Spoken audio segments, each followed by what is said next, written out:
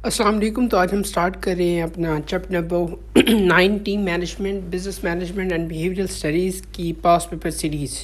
तो इसमें हम क्वेश्चंस की सॉल्यूशंस पढ़ेंगे कि टीम मैनेजमेंट जो एक इम्पॉर्टेंट चैप्टर है उसके कौन कौन से क्वेश्चंस अब तक पास्ट पेपर्स में आ चुके हैं और कौन कौन सा एरिया इंपॉर्टेंट है, और इंशाल्लाह एक ऐसा हैक बताऊंगा जिससे याद कर सकते हैं। एक इजी चैप्टर है, कॉन्सेप्चुअल है, क्रैमिंग की बिल्कुल ज़रूरत नहीं है, रट्टा की बिल्कुल ज़रूरत नहीं है। बस आप इंशाल्लाह इसे दिल से पढ़ेंगे तो there will be no problem. Okay, now start. Formal group और इनफॉर्मल ग्रुप के अंदर डिफरेंस उसने पूछा हुआ है इस सवाल के अंदर। फॉर्मल ग्रुप वो है जो मैनेजमेंट बनाए स्पेसिफिक रोल्स के लिए। इनफॉर्मल ये है कि आप जब आप सोशल इंट्रैक्शन चाहते हैं फ्रेंडशिप रिलेशनशिप के अंदर, तो वो इनफॉर्मल ग्रुप पर्पस इसका होता है। फॉर्मल ग्रुप्स का पर्पस होता है किसी ऑब्जेक्टिव को, कॉमन गोल को करना, लेकिन इनफॉर्मल का होता है कि साइकोलॉजिकल नीड्स को सेटिस्फाई करना। अथॉरिटी डिसीजन जो है ग्रुप लीडर लेता है इनफॉर्मल ग्रुप्स, और इनफॉर्मल ग्रुप्स के अंदर कलेक्टिव डिसीजन लिया जाता है। Termination, members continue to work करते रहते हैं until they leave job. Informal group और इनफॉर्मल ग्रुप कोई रिस्ट्रिक्शन नहीं होती है, कोई भी मेंबर आए वो लीव करे या ज्वाइन करे, there will be no restriction. So now question number 2, इसमें जो पूछा गया है, Bellman has prescribed following 9 rules हैं, उसे 3 क्लासिफिकेशन दी गई हैं। पहली क्लासिफिकेशन है doing acting, number 2 is problem solving and number 3 is showing concern for people. Doing में आ जाता है इम्प्लीमेंटर। बेसिकली इम्प्लीमेंटर होते हैं, जो रोल है पड़ा, इम्प्लीमेंटर होते हैं, शेपर होते हैं, कंप्लीटर होते हैं, प्रॉब्लम प्लान करते हैं, मॉनिटर करते हैं, स्पेशलिस्ट होते हैं, कोऑर्डिनेटर होते हैं। ऐसे ही दे आर कोऑर्डिनेटर होते हैं और टीम वर्कर होते हैं, रिसोर्स इन्वेस्टिगेटर होते हैं।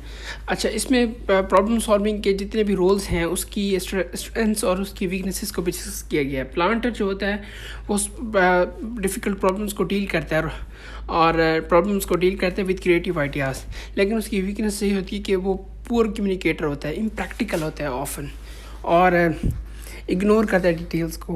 मॉनिटर जो होता है वो एनालाइज करता है, बिग पिक्चर को देखता है। वो उसकी वीकनेस ये है कि वो अनइंस्पायरिंग होता है, ओवरली क्रिटिकल होता है। स्पेशलिस्ट जो है वो एक्सपर्ट होता है इन स्पेसिफिक एरिया और डिटेल ओरिएंटेड होता है, और जो उसकी वीकनेसेस है कि वो अदर एरियाज़ में इंटरेस्टेड बिल्कुल नहीं होता।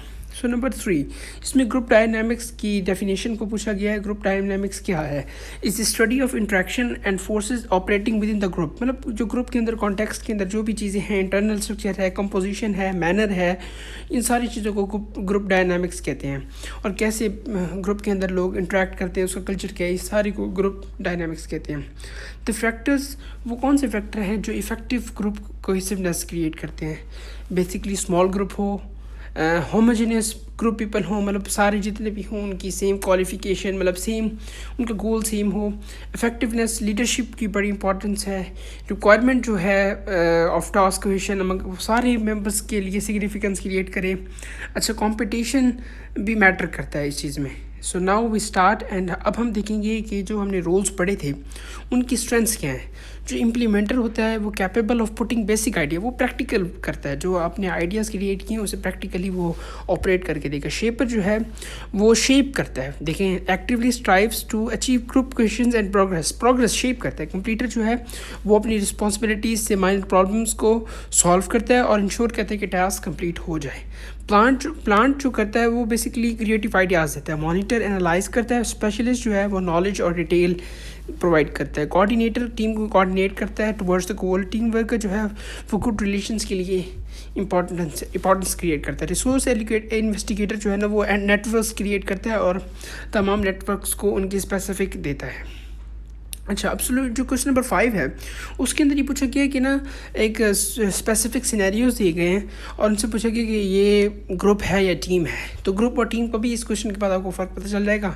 और जैसे कि पहले क्वेश्चन के अंदर सिनेरियो दिया हुआ था, उसमें उसने पूछा the union of clerical staff of Ravi book bank limited, वो क्या है, टीम है, ग्रुप है? वो बेसिकली ग्रुप है। ग्रुप क्यों है? क्योंकि उसकी परपेचुअल लाइफ है, उसके जो है ना वो डिफरेंट ऑब्जेक्टिव्स हैं, उनके अंदर जो मेंबर्स हैं ना उनके डिफरेंट ऑब्जेक्टिव्स हैं, वो डिसकनेक्टेड मैनर है और प्रॉपर एफर्ट्स नहीं होती। ओके नाउ अच्छा, जो दो सेंटेक्स शुगर मिल्स का है वो भी ग्रुप है, क्योंकि उसकी क्या कहते हैं परपेचुअल लाइफ है, इंडिपेंडेंट वर्क करते हैं, कोऑर्डिनेशन नहीं है। नंबर 2 पे रेलवे एक्सीडेंट जो टीम है, टीम बेसिकली क्या है कि वो स्पेसिफिक मैटर के लिए बनी जाती है कि अगर फॉर एग्जांपल कोई रिपोर्ट मांगनी है तो एक टीम बना देते हैं, जैसे JIT बनी थी, it is a team not a group.